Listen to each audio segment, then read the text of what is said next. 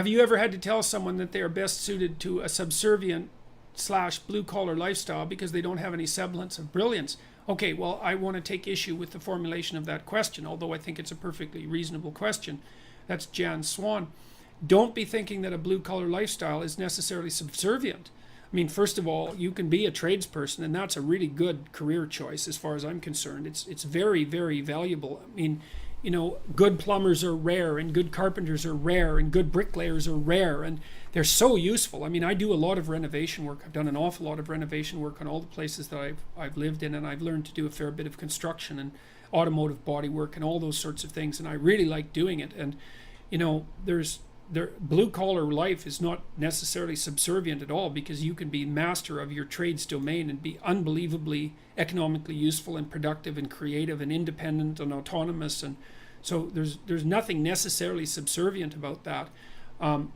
Now, you know, if you're thinking more about let's say life at the low end of a restaurant, but even there, if you're a conscientious person and you're careful and you're awake and you treat the people around you well and you do your job properly, there's also room for advancement in the private sphere. There's no reason to assume whatsoever that merely because you don't have the intellectual horsepower to work well in the domain of rapidly shifting abstractions, that your life has to be of secondary quality or opportunity. I don't see that at all. And there's endless opportunity in the trades. And like in Toronto, for example, there's a chronic shortage of tradespeople, and there's always a shortage of qualified people for every occupation.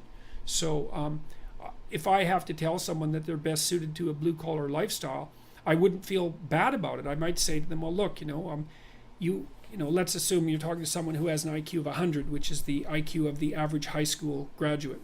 You might say, well, look, unless you're super conscientious, career in something like law is probably not your best bet, because you're going to be competing with people who have IQs that are like 30 points higher than yours or 25 points higher than yours. And if you really work yourself to death, you might be able to maintain competitiveness in that domain, but you're going to be working at a powerful disadvantage, because the people that you're competing with, for example, are going to be way faster than you verbally. They're going to be able to read faster and to reason verbally faster and all of that. And it might be better to pick an ambition that's more in keeping with the quality of your temperament and your intelligence, to put it bluntly, so that you can be, but that doesn't mean that your success has to be limited.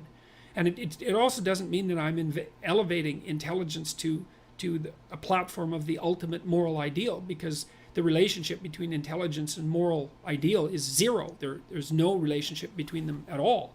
Intelligence is a capacity, let's say, that can be put to ill use just as well as to good use, and there's nothing intrinsically better about smart people. They might be more useful for certain things if they're oriented towards the good, but there's no shortage of opportunity in the working class end of the world, and I can certainly understand often why people might prefer that to the endless miasma, you might say, chaotic miasma of complex abstract jobs. One of the problems with those sorts of jobs is that you're never done. You never finish. There's always more work than you can possibly do.